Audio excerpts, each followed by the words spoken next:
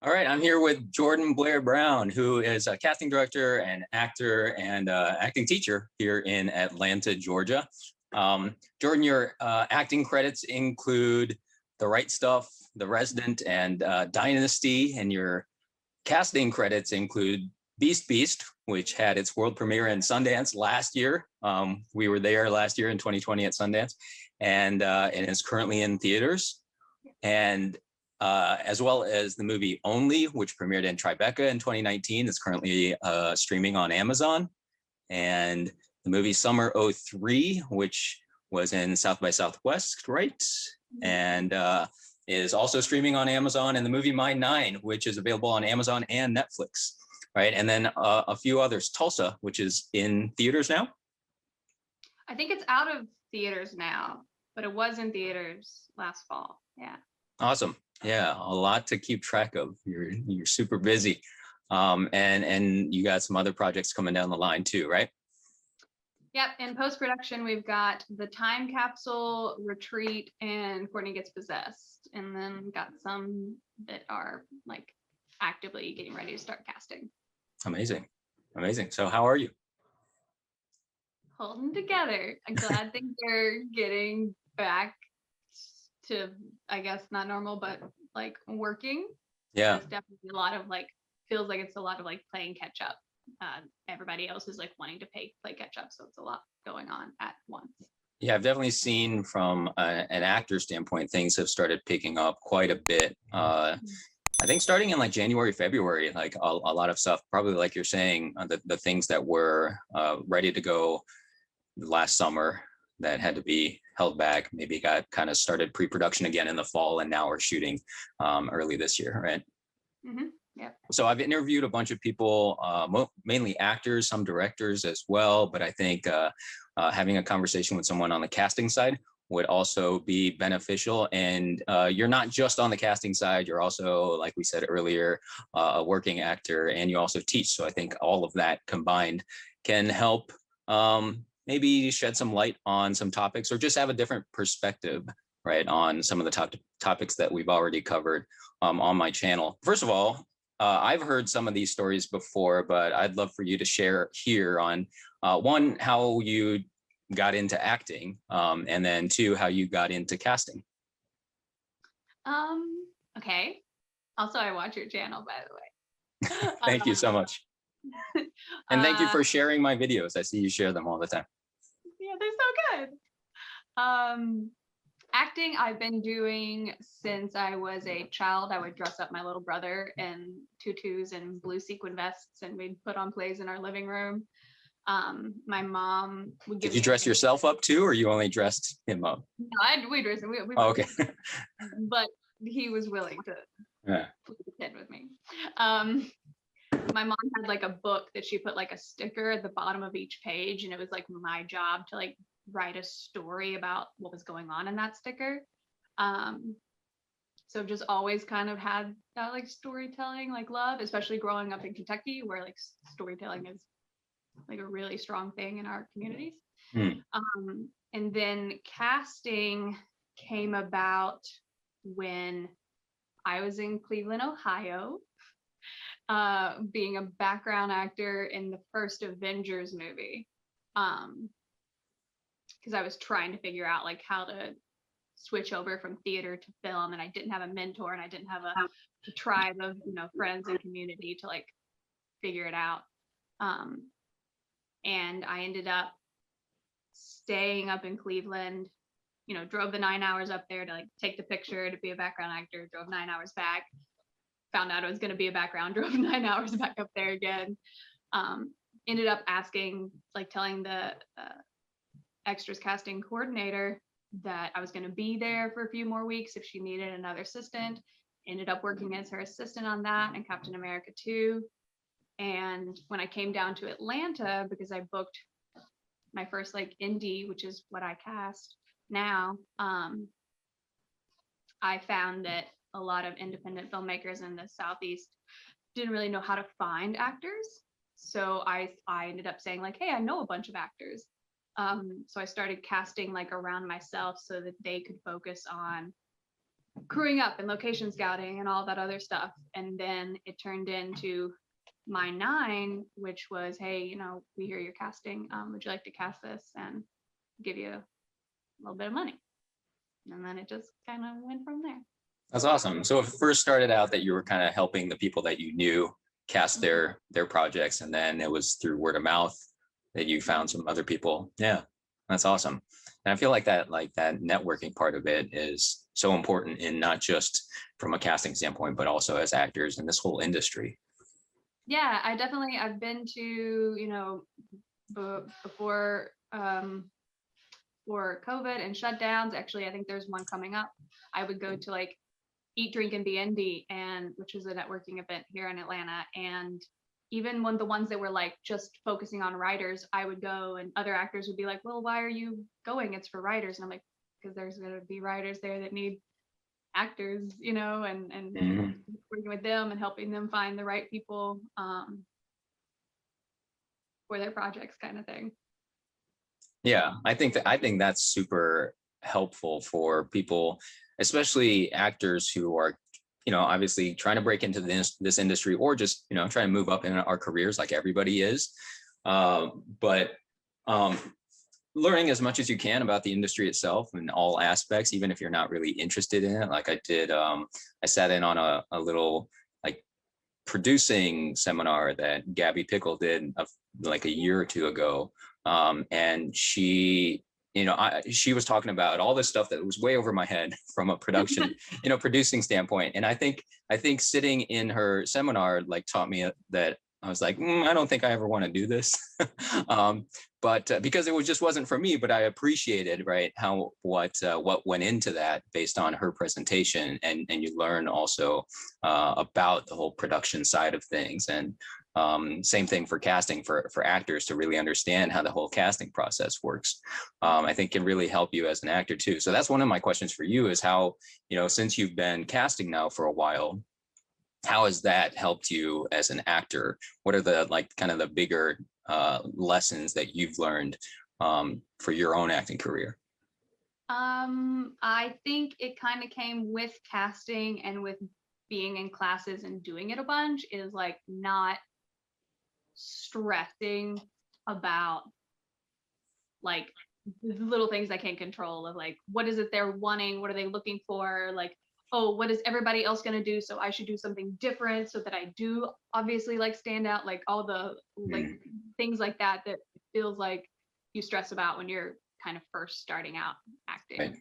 Right. Because sometimes they do know what they want, and sometimes they don't, and sometimes they do, but they fall in love with someone else. I've seen that happen in a callback. A girl came in and did it, and they were like, she did it exactly how it was written, we love her. And then later on in that day, someone else came in and just was the character. It just totally blew it away, you know.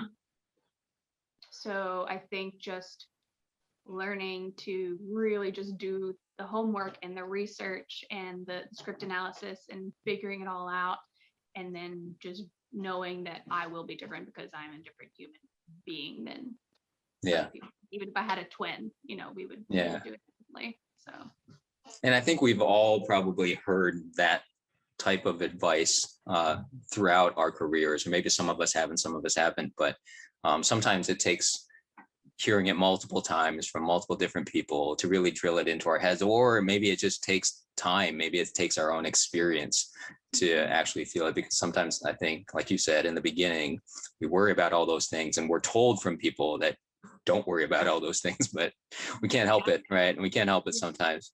You do kind of see like a switch, I feel like sometimes when you're after like you kind of book like your first like, you know, quote unquote big thing, there does seem to be like a switch or a click in actors. And I think it's because they finally are like nice to themselves and like telling themselves like they are worthy to book something, right. Which is true. Like they are, you are, if whoever's watching this like is worthy to book something. It's just about finding that right one that you fit Yeah. in. 100%.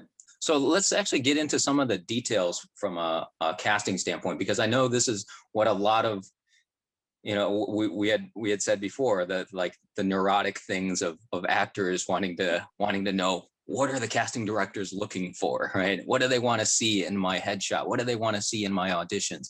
And I think to some extent these questions are justified, because otherwise we wouldn't be making such a big deal about headshots. We wouldn't be making such a big deal about your self tapes, right? There are some important things that are necessary, and I think part of it is that, when we first get started, we're thinking about, we just kind of know, okay, actors need a headshot, but we don't really understand exactly, what the headshot is for. I know when I first started, I was like, okay, I just need a picture of myself, or I just need a professional picture of myself, but I didn't really know like what the like business purpose of the headshot was for, right? And like also understanding how the actual casting process works and how that headshot is being used. So if you want to just kind of pull back the curtain a little bit from your side of things, of like how from beginning to end, and maybe not from the very beginning, but from the point where you get hired by a production, Okay. and they have the script and they're saying, we have these 20 characters to cast, or whatever it is. What is the process from that point, from there up until you actually make a casting decision? Okay. Like in general, I know every project is a little bit different, right? So kind of a general process. Yeah. Usually I'll have like a sit down meeting with production and the directors, and we talk about, we'll talk about maybe every character or just through some key characters and kind of what they're looking for, and story and essence, and building upon, the breakdown that will go out saying, like this person could be, this truck driver is written as male, but could maybe also be female. So, would we want to open that up, to seeing both for this, based on the story and where it's located and time period, etc. And who creates the breakdown of the character breakdown? It differs for me in independent films. Sometimes I'll do it. Sometimes production already has it done. When they contact me. Just depends on the specifics. Okay. Then I'll put the breakdown on a site like Breakdown Services, Actors Access, for both agents and individuals to submit. For probably a couple of days, depending on the projects, and let headshots, like you're talking about, roll in for each character. So just for the people who are kind of brand new, what happens at this stage is there's no auditions yet, right? At this stage, you're just simply, there's nothing simple about it, but you've put the breakdowns, which are just, for lack of a better term, they're character descriptions, right?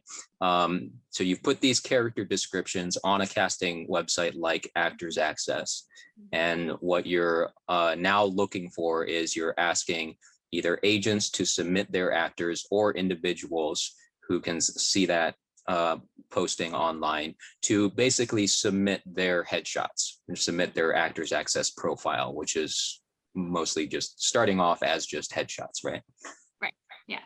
Headshots, or if they have reels or slate shots or whatever, they can submit through that. Great. And then I'll filter through based on your headshot and what other media, training, resume you have. I'll filter through and select who I want to send auditions to at that point. Okay. Both from self-submit and from talent agencies. So from a number standpoint, what would be like on average, what would be like, maybe no, average probably isn't a good, because I know they're all different, but maybe on your last project, like for one of your roles, how many submissions might have come through?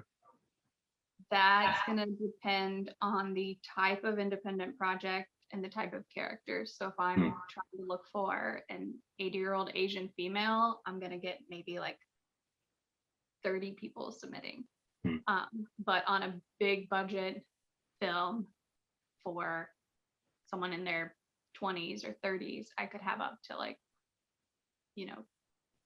2, 3, 4,000 people submit, depending. Oh man, I thought you were gonna say 100.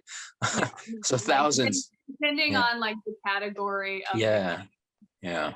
if So it's a SAG feature lead, or if it's a non-union short, it's gonna shift between 150 people to 2,000 people.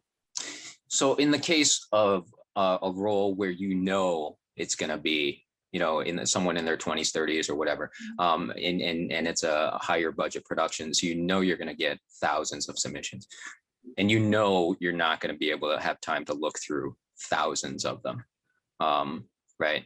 Or not like individually look at 2,000 people, or do you actually have the time to go through thousands per role? I won't look. I'll look at everybody up until the day that I send out the EcoCast. And if you submit like after the deadline of submitting headshots, usually I don't go back, and I'll go back and look if I feel like I'm not getting what I need. But usually after that like first deadline of submitting headshots, don't usually go back and look. But up until then, I will go through everyone. It'll get pretty easy if somebody's headshot does look superbly unprofessional, or is like sideways or something like that, where I'm like, okay, this this person maybe just needs a little more training, a little more guidance, or if they're just really not fit for the role, or if they aren't fit for that role but they are another, I can move them to a different character. But usually I'll look at least like headshots and training on everybody, and maybe some reels and clips if it's somebody that I haven't seen before, if they don't have like a little yellow star next to them, meaning like I've seen their work before. And the little yellow star is just for you, like that's something that you mark on your end, right? Is there an advantage especially for the people that are self-submitting, is there an advantage to submitting very early, like as soon as you post the breakdown? I would say definitely both, agency submitting early and self-submitting early, because I'm probably a little more lenient on the first day, because I'm excited, I'm getting people in, towards the end of it, when I've already got 100 something people selected to send in tapes, and then I'm like, oh well, nah, it's a little more picky.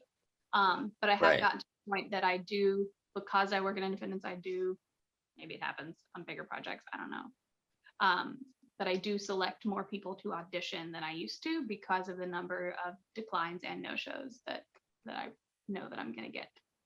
Okay. Well, let's talk about that for a second. Declines and no-shows. Well, for one, we know that declines are going to happen, whether it's people are unavailable or whatever. But no-shows should not really ever happen, and yet they happen way too often. Yeah. I would say on every project I get at least over 100 no-shows. And these are people that have submitted their headshot, right? Submitted their headshot, got offered to send in an audition, right? And decline or send in an audition. Yeah. It really does. That boggles my mind, why you've taken the time to submit for the role and gotten the request for an audition, and then decided just no. And not just that, like you've decided no, but then also not communicated anything. Right. That's the bad part. It's that you can decide to decline an audition for whatever reason, that something, life happens or whatever, but have the courtesy to communicate it, right? Yeah. Or I feel like that's like the same as you self-submitting for a project that you read the breakdown, and then you got an audition, and then you declined because you weren't the breakdown that you already read and submitted for, where I'm like, wait, you read the breakdown, you self-submitted for this, and then you're declining because you don't agree with the breakdown, Yeah. kind of thing. Yeah. because I maybe could have potentially given that slot to someone else who didn't get an audition request. Exactly. Yeah, that's the biggest part. Is if they're wasting your time and they're taking time away from other potential people that really did want to audition for the part. And it's one of those things where, like we were talking about before, it looks very unprofessional, and it just puts into your head as the casting director and as anybody else in the industry that if this is what someone is typically doing, then that's the expectation that they're going to be unprofessional in other parts of this industry, and that's not really acceptable, right? So, all right, we went off topic a little bit by talking about no-shows, but I mean, I think it's an important thing to cover, because it's about the professionalism of this industry, and it's super important, especially if someone who wants to make this their career. You're starting off on a really bad foot by no showing for an audition, because auditioning is the career. I mean, we're going to be auditioning way more than we're going to be acting. So getting auditions is the most important thing.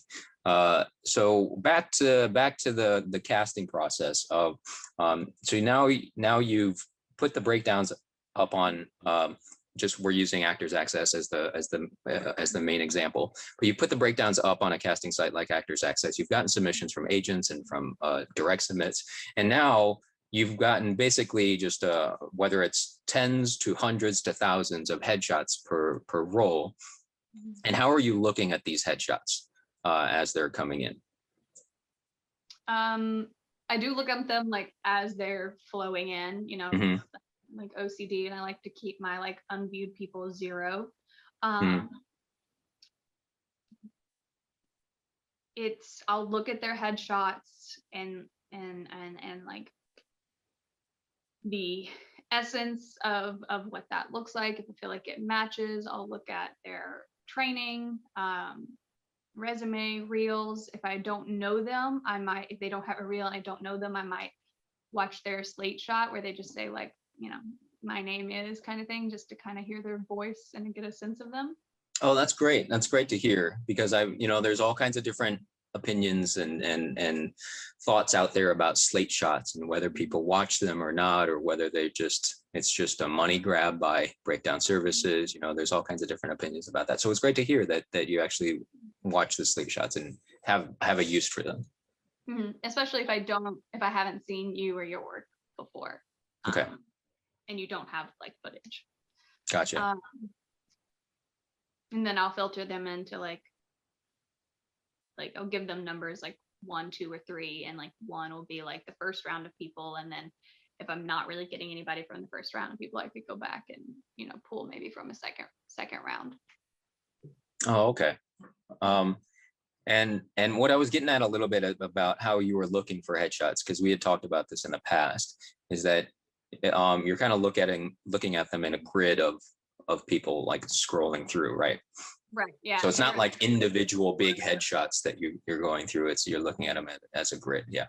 Yeah. So they're like rows of 4, and they're probably like if this is the screen, they're probably like this big, like yeah. So it's really good. It's really important, like to have the full headshot, but then on a site like that, making sure the cropping is nice, because if your cropping is like really far back, you're gonna fall sort of in the depth of field of the people like next to you. Yeah, I think that's something I learned from you whenever we first talked about this particular topic, and I think it's really interesting, and it totally makes sense. But from an actor standpoint, we never really think about that, right? It's like what we were talking about before. From an actor standpoint, we were just thinking that, okay, headshot just needs to be a professional photo of myself, and then that's it. And when we're reviewing our own headshots, a lot of times we're looking at them full screen on our computer and like analyzing, like, does my eyebrow look, like those tiny little things. But hearing what you're saying, it's almost just as important, if not more important, to make sure that thumbnail looks really good, so that when a casting director is scrolling through those rows of 4, that thumbnail catches someone's eye, right? Yeah, and the thumbnail is also what producers and directors see when I send over the final link of videos. They see that thumbnail first before they click on it to watch the video. So also important. Yeah, that's great. I think that's something that a lot of actors should probably have not thought of in terms of their headshots and should take into account. And I've definitely started doing that as I review like what headshots I want to put up onto my casting profiles to make sure like I stack them up against other thumbnails and see which of the smaller images look good. So okay, so I'll go ahead. Rearrange them too, so it's not like, you know, all the headshots that are next to each other, like serious, and then like smiley, you know, like rearrange them so it has some life and movement. If you've ever studied like visual art, you know, kind of do the same thing with your headshots, like how do you want it to guide the eye of the viewer, sort of thing. Oh, that's interesting. I've never thought about that. So maybe I'll go back and get back to mine. Okay. So now we've gotten to the point where now you're reviewing the headshots and you said you've marked them in terms of like which one you want to send out as your first round of audition requests, right? So now if the person has an agent, right, through Breakdown Services, which is Actors Access for people who don't know, they're the same company, but Actors Access is the Actors Access side of it. But now if they have an agent, you've now requested an audition through their agent, right? And then their agent then requests it to the actor. Like that's the process. And if they don't have an agent, then it just goes, you send that request directly to them on Actors Access, right? Right. And I can see on my end when all of the requests have been sent, when they've been opened, when they've been received, and when they've been declined. Oh, really? Okay, that's good to know too. So nobody can, so people can't say, oh, I didn't see it. You know, be like, no, it was open. You saw it. Good to know. All right. So at this point, you have given them X amount of time to, if it's a self-tape, which so much stuff is self-tape now. In the Southeast, it was already a self-tape market, but now with COVID, the whole industry has kind of become, at least for the first round of auditions, self-tapes, right? So now you're requesting the self-tapes, and on a site like Actors Access, they can upload directly to the site. And then how is the time determined in terms of how much time you give for an audition? If production is like, we need it now, sometimes it can be 2 days. Usually for independents, I try to, especially if there are like leading and major supporting roles, I try to give like 4 to 5 days so that they will still take the time they need for that in the midst of their network auditions that they're getting. Right. So I do tend to give a little bit more time, but sometimes I can't. Sometimes I'm only allotted to give the actors like 2 days to get it in. Yeah. And that's just because production is on a schedule that they want to keep to, right? Right. They essentially, if it has like special effects or prosthetics, it's like, no, we have to have them cast now because they have to go through, you know, an actual like casting process, you know, for prosthetics or whatever, you know. Right. So it just depends on the workflow. And sometimes there might be like the script went through a rewrite. They just decided to insert a new character, and you're already in the middle of casting. So you have maybe one character go out, and they're like, we need this a short turnaround, 24 hours or less, or something like that. And sometimes that happens too, right? And it's not, from an actor standpoint, sometimes it's like, oh, why don't I have as much time? But it's all based on the production schedule. Like they have a budget that they have to work with, and they have a schedule they have to work with. All right, so back to this, the process of, now you've gotten the tapes, or tapes start rolling in. Yeah. Right. And what is your review process like? So I'll watch them as they come in. Again, same as watching like headshots as they come in. And then I'll label them like A, B, and C. A, like I want to send them on. B, potentially send them on. and C, maybe just not a right fit for that role. Mm. I watch every person, but I won't say that I watch all of every person. Right. You do kind of get a sense within that first like minute, 30 seconds, like you do kind of get a sense of that person in this role. And it's every time it's fun and surprising and shocking, and both amazing and weird things happen in taped auditions. I will always put please no lime green backdrops. Like I would rather you like go outside and tape your audition than on a lime green backdrop. And I'll get at least 2 or 3, because I just can't focus on you when you're surrounded in like that giant bright color. Yeah. There have been times, because I work in independence and I'm trying to create the best ensemble possible for our production. That's what we're all working towards. This project I just cast, we cast the 2 leads are, self-submits that don't even have agents. A feature I just worked on, we cast a guy who shot it in his living room instead of on a plain wall. But he was so captivating that I watched all of his audition, and it was a struggle because the lead isn't likable in the way in which he's written. And so it was coming down to a lot of tapes I was getting. I was like, I don't want to watch this whole this whole tape, because they're not likable, so what, how do I want to watch like an hour long movie about him? Right. And like that actor. And then I was like, whoa, like he's not likable, but I want to know what comes next, and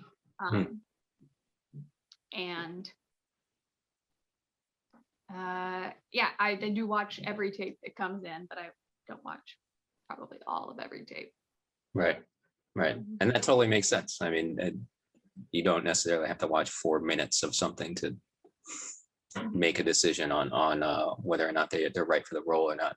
But I think I want to go back to something you mentioned earlier too, about how either with their headshot or from the tapes that you're getting as they roll in, they may not be right for that character, but they could potentially, what you do see from an audition is that you do get to see a sense of their abilities, right? And you could see that while they may not be right for the character that they're reading for, you as the casting director, the other roles, right, that are on that project, and you could see, oh, maybe they fit into this other bucket instead. Yeah, or because we're trying to find the best ensemble cast, like I said, sometimes I'll send out auditions that are wild cards, and then those people will decline. They're like, hey Jordan, sorry, I don't fit this breakdown. And I'm like going back and like, no, like you could be this character. It's just not, that character wasn't, like, please submit, like you could be this person, and I'll do that in production too, with like certain, an actor here in town, where I sent a note to production, was like, please watch the bald girls audition, that kind of thing. Or I'll put notes that say like, and usually she'll book it, and I know who you're talking about, and usually she'll book it, right? Usually she will, yeah. Or I'll put notes that says not right for this, but right for Joe, or something like that, and then like once I have all the A's and they're like in a presentation, folder together, I'll go back and I will like watch all of them. Especially if I am having to filter some people out. Like if I do have a bunch of A's and I have too many A's to send on for a certain type, and I have to like decide to not send on that many. What goes into your decision of like how many is too many? Is that production telling you like how many they want of each role to watch? Sometimes production says it. Usually I tried not to bombard them with a mass variety, unless it is like an under 5 where they told me they wanted 20 to 50s open ethnicities, and I'm like, okay, well, here's a little bit of this and this body type, this essence and this feeling and this look, it's like, because I want to give them an option of like each, Yeah. but usually I try to stick in the like 10 to 20 range, maybe. Okay. So just for people that are keeping track, what you may have potentially have put a audition request out there, may have gotten 1,000 headshot submissions, may have then requested 1 to 200, whatever it is, auditions from those 1,000 people, and then now you're taking the top 10 to 20-ish, sending that over to whoever the decision makers are for that project, whether it's the director or the producers or whatever, to make a final decision, right? Mhm. Yeah. Yeah, and I think this is great to just hear how that whole process was kind of this like funnel of people, and how they ended up finally getting into in front of the eyes of the director or whoever the final decision maker is, and then they make a final casting decision, right? Either they make it then based on what was presented, or they want to see more options, or right, and then have a callback or a chemistry read or something.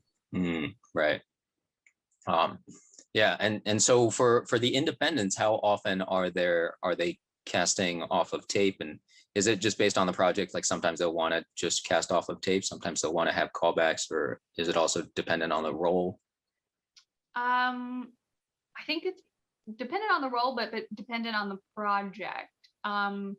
I feel like a lot of the independents I've done, the major and supporting characters have had chemistry reads callbacks, and the under fives have been booked from tape. But I have had a callback once where we brought in a few options for a one-line role, and I felt awful asking those actors to come in for a one line, but they ended up being the most fun we had all day in callback. Oh, really? Do it like this, do it like this, and do it like this, and then improv with your reader, and like they ended up like being the most fun character of the day. So, but I think definitely independence a majority of the time. There's chemistry reads and callbacks, unless it's like a number 5. Okay, so let's actually touch on that topic for a second, the one-line roles. And this is, I guess I'll ask this question to Jordan Brown, the casting director, as well as Jordan Brown, the actor, of how, what your thoughts are on the one-liners, because this is something that, a lot of actors struggle with, of like, when I get a one-liner, what can I do to stand out, or what can I do to make this the greatest audition ever? And it can be tough. And so what is your approach, whether it's from the casting side or from an acting side, to the one-liner auditions? I think it's sort of in a weird way, kind of like both, for both sides. Is that character there to help or hinder the scene, the leads, what's going on, like understand why that character is there. And then the way in which that character could also live and be as a human being, Right. doing kind of that research and stuff, but understanding that I'm there in this moment for a purpose. And it's just the tactic and the way in which I want to support that purpose. Right. All about the story. Yeah. And then understanding when you are auditioning for characters that have more than 5 lines, maybe independents that are supporting and leads. This last group of like leads that I had auditioned for, I had a lot of people approach them in that kind of co-star way, if you will, where it was just kind of very like base, and I'm here and doing the thing, and I'm like, but you're the lead, like you should have more going on, because it is happening to you, if that makes sense. Yeah. But if you're the under 5 and you're the kid that's getting picked on, you still have to have a feeling about getting picked on. Does that make sense? Yeah, no, totally. I think no, I get it. It really is role dependent, but Yeah. at the same time, I think if we're gonna generalize as much as we can, the one-liners or under fives types of roles tend to be kind of moving the story along type of characters. They tend to be, and like you said, they're either there to help or to hinder. And we kind of, from a script analysis standpoint, trying to decide what that is, and really understanding it in terms of the story, how we fit into the story. And what I've told people that have asked the question of the one-liners and how to quote unquote stand out with a one-liner, I've said that, part of the way that you stand out is to show that, you understand how to do the script analysis. You understand that this character is not the lead, and that it's not your job to steal the scene. It's your job to, if the line is just, do you need more coffee? You're not going to bring in 10 years of acting training into that line. You just make it as real as possible. You say the line. It's almost like that's one of those where you just say the line. Don't try to go crazy with it. So that's one way where you are standing out, because they're showing you as a casting director. When you watch that, you're like, okay, well, this person clearly understands that this is not, this is not trying to steal a scene. Feeling the energy of the scene, the pacing, the environment, Right. Are you asking if they want more coffee at a fancy high-end restaurant, or are you exhausted, or, are you at that one, like, there's like a restaurant that like purposefully like is mean to their Yeah, is there one in Atlanta? I don't know if there's one in Atlanta, but I know there is one. So it's like, maybe, are you that, or are you the guy that comes up to people with like a bunch of buttons like on their shirt, kind of person. But also where it makes sense. Like I had a guy who auditioned for like a biker, like a biker, his second take, he did it with his eyes closed the whole time. I don't know what he was trying to do. It was very odd. Didn't feel like it fit like something you should be doing, riding bike. I don't know. I've got a funny story about that. When I first started with my first agent in Ohio, and actually Kellen likes to tell this story more than I do. I think he tells it in all of his acting classes, about one of my first auditions with the talent group up in Ohio. Was for a company called Eileen's Chip Chopped Ham, and it's a deli, right? And there was supposed to be like you're supposed to do a karate chop when you're talking about the chip chopped ham. And then I have no idea why I decided, and this was when we had our auditions in the agency's office, right? You would go to the agent's office and they would tape your audition in their little taping room in the back. So I remember learning in acting class, make choices and like do something different or whatever. So I did the one take, did the karate chop. The second one, I was like, I'm going to do a kick instead of a karate chop, which makes no sense. It's chip chopped ham. It's not a kick or whatever. But I did that. And then I was like, I'm going to do another one. And I, like your guy, I just decided I'm going to be blind. I don't know why I did it. And I remember the person taping, which might also have been my agent, like was like, I did that. And she was like, okay, all right, well, we got what we need. Nice. And then I think that evening or the next day I went to acting class and I told my teacher, I was like, oh, I did this. And I pretended to be blind for one. And I don't think she was very impressed with that choice either. I mean, you went for it. Went for it. Didn't book it. That's funny. Yeah, knowing the atmosphere and stuff like that, and also knowing what you would do if this scene did continue. Especially for me, because I do find a lot of times with those, we'll do improv, we'll continue the scene of some sort. in my 9, there was a character that had, I think, like 5 lines, and she was the only one who really improved and really knew like what she wanted in the scene that she was in. Mm. And so much so that she booked it, and the writer director like wrote her improv dialogue into the script, and she like got more lines. That's great. I mean, I think that's another like topic that's widely debated about whether you stick to the script or whether you improv. And what's cool is that I've seen, like, I know, and you and I both know actors that do both. Like, we know actors who they're the stick to the script type of people, but they're so good at it. And no matter how good or bad their writing is, they can stick to the script and make it themselves and make it real. And they're able to do that. And we also know other actors who are very loose with the script, and they put themselves into that role, and they talk the way that they would say the lines as the character, and they're also able to bring it to life, and we've seen it done both ways.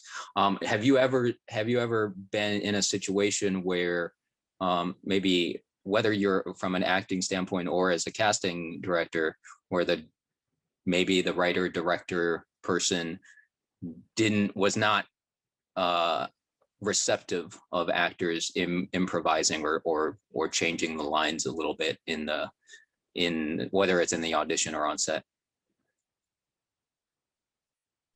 Not on any of my projects. Okay. I think you should be able to do both. I think you should be able to stick to the script if you need to, but also be able to improv if it arises, or if something feels more natural, it's okay to ask, you know. I did see when I was working background, and I was already kind of starting to cast here in Atlanta, I was just working background to like make more connections and meet more people and stuff like that, make some easy, quick money, where the actors that they had flown in had like 1 or 2 lines, and the director was like yelling the line out the door. I was like, okay, now improvise this. And it's like the opening scene for one of the main characters, you know, like very important to the storyline, and the actor couldn't even say what the director had like just said to them, you know. And then the director had to yell out the door again, no, the line like this, you know, like the actual words, and the person was just like jumbling the words up. So that was kind of awkward, but was also eye-opening for me, still learning back then. I've personally been on a set where I didn't feel comfortable with the flow of the line in rehearsal. Like, I felt like another character's line should have gone before mine, but I was also still super new and was like, I don't know if I can say this. You know, I'm only here for 1 day on this network show, and I don't want to upset people. Yeah. You know. Yeah. But then the other actor who was the guest star came up and was like, I think my line should come before yours. And I was like, yes, thank you. I just didn't know if I was allowed to say anything, you know. Yeah. And so we did go and talk to the writers and director about it, and they agreed that it would feel better switching it up like that.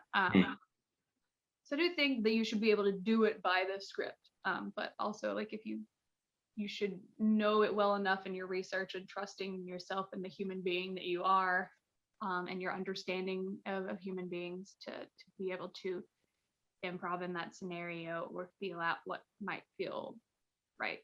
All right. Did we get through the whole casting process that we were talking about? I can't, or did we? I think we got. Yeah, after watching tapes and selecting people, putting them in a file, and then sending them over for production to review and decide who they want to book or want to have for callbacks and chemistries and stuff. Yeah. All right. Great. So that's a great, I think, high level overview of what happens. There are a lot of more like intricate details of each audition, but we won't go into those quite yet. Maybe on a second video. One other thing I wanted to talk about, which gets asked quite a bit, and we've had this conversation before too, is about audition wardrobe and what people should wear for their auditions, whether it's, you know, how much should they dress as the character, or should they just dress to suggest the character? And there, again, another topic where there are varying opinions of what people should do. And we've both seen people succeed at all different levels, whether they're just wearing a t-shirt or whether they're in full uniform of whatever character it is. Right. Yeah, so I think that comes in your research that you're doing, right? In the before your audition, doing research and character development on the script and the show, but also on the casting director themselves and what they prefer. For me, I like it when you create the environment and when you dress to slightly showcase that character, especially if it makes you feel more grounded, you know. If you're, you know, a high-end prostitute and you want to do your audition in heels so that it moves your body a certain way, you know, in a nice dress, you know,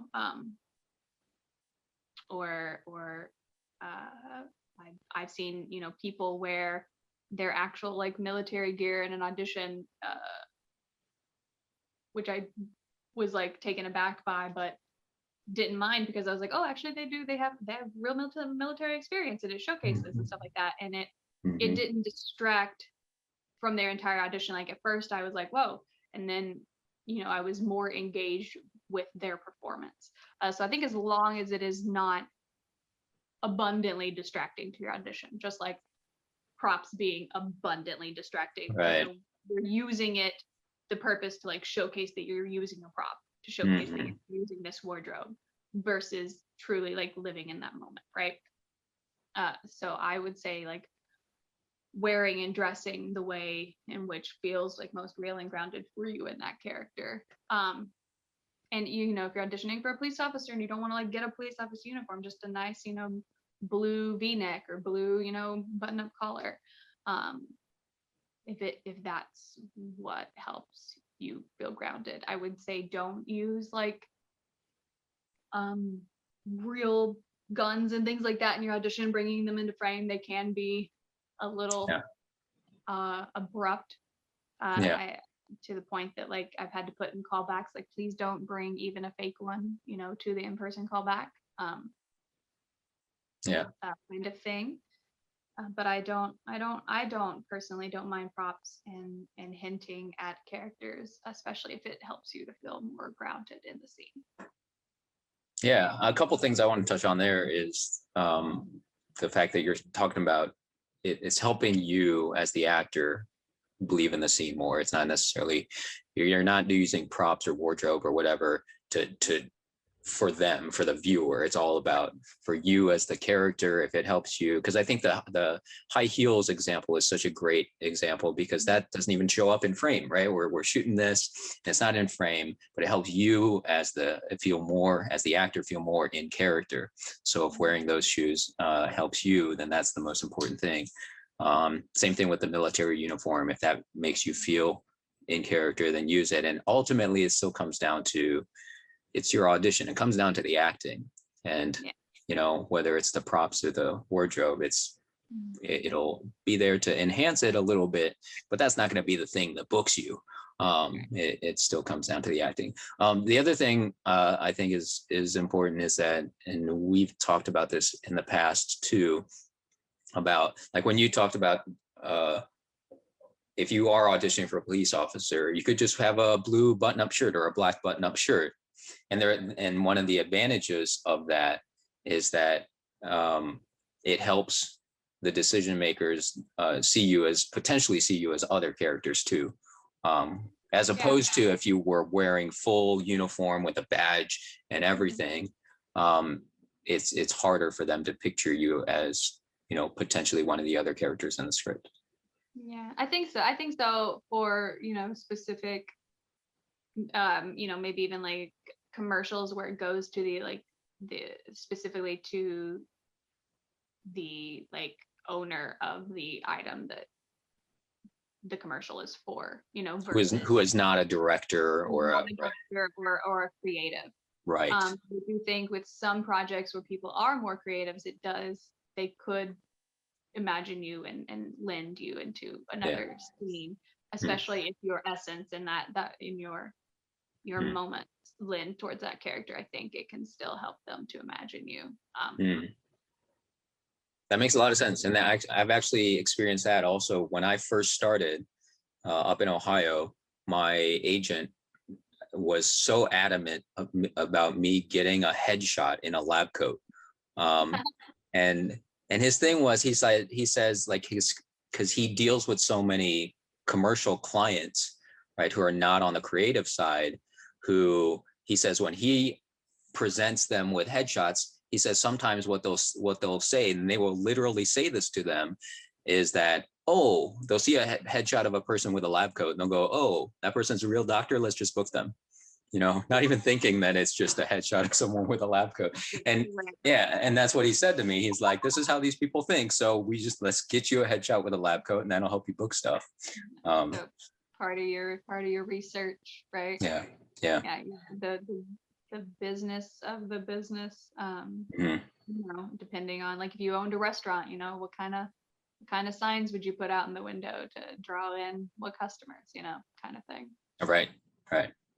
All right. So this last, I don't know if it's the last question, maybe I have some others too, but this towards the end of these questions that I had written down was a big thing that we talk about in the industry is building relationships, and really all over building relationships with other actors, with teachers, with directors, and everything like that. But then also one of the biggest ones is building relationships with casting.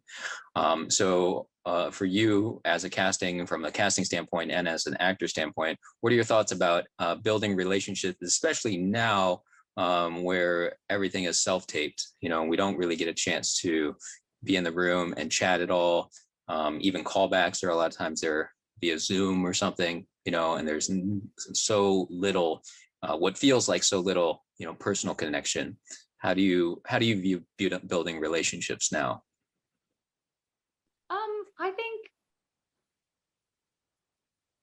I don't know, because we're building on our relationship even right now over you know, so I think just not I think putting forth the effort and research and just being yourself, and being open when you're in those scenarios, or you know, a lot of casting directors right now are doing free, like, weekly or bi-weekly, you know, like office hour kind of sessions where you can go and you can listen to them and talk to them and learn from them, or they're posting, you know, things on Instagram every week answering your questions and stuff like that. So I think, you know, doing your research and putting yourself out there with them and being open with them in the room, you know, when you come in and they ask, you know, hey, how are you doing? Don't just say like, good, and like shrug it off. You know, you can talk to them. Have a conversation. You know, they're there with you, to be there for you as well. And I also think that if you're in the headspace of the character, like if the character is like something you're really in the headspace of, a casting director will see that and won't try to like break you out of that, right? I've had that happen before where they've kind of come in, they've had their headset in, like listening to music or whatever to get in the mode, and I go like, okay, well, let's just jump into this and do that stuff afterwards. I've had where, you know, I had built a relationship. I did know about some actors here in town from networking events and stuff like that, where I told the actors, I was like, you know, the director, sometimes the director wants to do all of it. Sometimes the director wants us to bounce back and forth. Sometimes the director just wants to watch, you know. So I told the actor, I was like, hey, let's do it one more time and do it like it was the last day you worked at Dunkin' Donuts, because I knew that actor worked there. And she immediately went like, oh, I know what you mean, you know, and like, and did it. So I do think building that just gives us a sense of like you and your work ethic and your love and your passion for it, because we're not these like big, you know, terrifying, you know, people that you have to like hold your breath in front of, you know. Right. I think that takes that, maybe depending on the person, it takes a while to learn sometimes. I know it took me a while to like start looking at casting directors and agents and really everybody else on the production side of things as other human beings. Yeah. Right? Sometimes we forget, and sometimes we're just so focused, especially actors can be this way, of just so focused on ourselves and on our work and on our auditions and how am I looking and all this stuff, and rarely, take that time to just talk to people, talk to people like they're normal people. You get that kind of nervous, like in the room with them, just, look at the table in between you and just say, yeah, we are on like the same plane, like we're on the same level. We're here for each other. Hmm. Take a big deep breath, and don't let, a mass room of, 3 to 30 people, get to you. Hmm. 3 to 30. I don't think I've had 30 yet. I haven't had 30, but I know actors who have been in, Wow. network studio rooms where there were a lot of Oh, yeah. people. Do you have anything else that you want to share that we maybe haven't covered today? Any general advice for actors? Anything that you want to talk about? Anything that you've been watching recently? So many things. I don't know what's helpful. Or what could be helpful. Yeah, taking care of yourself, like outside of the industry, right? Because that like not just being kind to yourself, like we were talking about earlier, like in the industry, but taking care of yourself outside of the industry, because that can bleed over. And yeah, so this is something that you talked about very in the beginning of this, was that you could see that sometimes when the actors are coming in and they're desperate for the role and they're just focused 100% just on their this particular job, and it may, like you say, bleed over if you're not taking care of yourself. Or they're, beaten down and they don't want to be there. I had an actor come in and do the scene and I was like, great, thank you. And I started to give feedback and that person just said thank you and walked out. And I was going to give them a second chance to do it again. And as soon as they left, production was like, well, I guess they don't want to be here, because that person wasn't in the room with us, like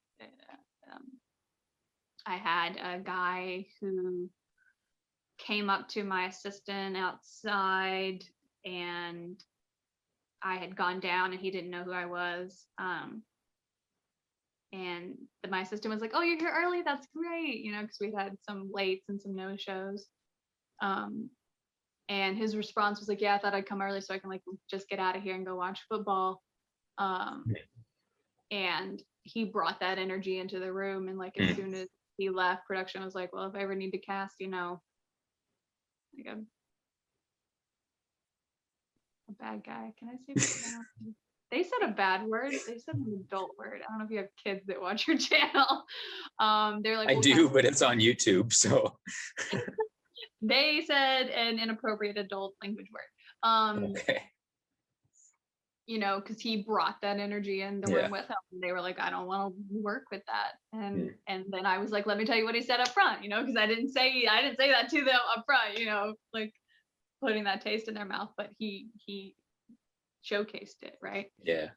Especially when you are an actor and you're coming in the room to unzip yourself and share yourself in this character, like that's also going to bleed through. So taking care of yourself outside of this industry, and having that community and good readers and mentors and doing other things that you love and stuff like that. I don't know what else could be helpful. No. Well, I like it. I love that. And I think we should end on that, because I think that is, that's one of the things that I've had to learn too throughout my career. And because I came at this career from like a different way than a lot of people. And then, so when I did move to Atlanta and start to like focus on, pursuing acting 100%, I did have to check myself sometimes, and think about, let's take a step back from acting at some times and go and live. Yeah. Right. Take care of your mental, emotional, physical, financial, spiritual health, all of that as well. Yeah. There was a time, a few years, where I was in a very not healthy spot Mhm. with some people that I was around, and I did not in those year spans, I didn't book anything Right. except in the months, like occasionally in the months when I was not in the presence of those people. Hmm. And I had taken care of myself and enjoyed the process, like it was so bad in like day-to-day life that I did the auditions, but I couldn't even enjoy them. Right. So just like enjoy that, because that is, acting. If you need to tell yourself I booked an audition, like tell yourself you booked it, because Right. it is a time for you to be acting, even though, it's like auditioning is the career, like you're saying, more so than acting, but that is also the acting part, It is. Yeah. you're also doing what you should hopefully love. And it's so true based on what you just told us today. You could be one of a very small number of people that actually received an audition from potentially thousands of people that submitted for it. So that's a huge win, just getting an audition no matter what. Um, and also, that the energy does come through if you look like someone who's having fun with it, who's enjoying, the audition. Yeah, so let's end on that. I think that's some great advice. Okay. What is, if you want to share, and some people don't want to share, but if you want to share how people can reach you, whether it's your website or your social media or whatever, what would you like to share with people? Sure. You can submit for my projects. I'm usually on Actors Access Breakdown Services. I am on Twitter as J Blair Brown. My casting site is jbrowncasting.com if you want to see the things that I've worked on, the types of projects that I've worked on, if that's helpful in your research. And my Instagram is at KYHotBrown. And if you are a meat eater, if you have never had a hot brown for breakfast, I would highly recommend trying a Kentucky hot brown. Oh, I didn't know that's what it stood for. Yeah, it's a nice fun play on words with like my last name and a breakfast food from where I'm from. All right, we've done over an hour, I think, but thank you so much, Jordan. Thank you. Yeah, Somebody. I'm sure a lot of people will find a lot of great information out of this. Tell us in the comments what was most helpful. Yes, tell us in the comments what you guys found most helpful from this conversation, and I'm sure we could do this again sometime and have even more things to talk about. Yeah, thank you for being here and chatting with me, and thanks for everything that you're doing for the Atlanta community too. I know all of the things that you share and on your social media, and then also just the helpful things that you share with people in things like this are very much appreciated. So thanks a lot. We'll see you soon. Yes, thank you, Kurt. Keep doing what you do. Thanks. Bye.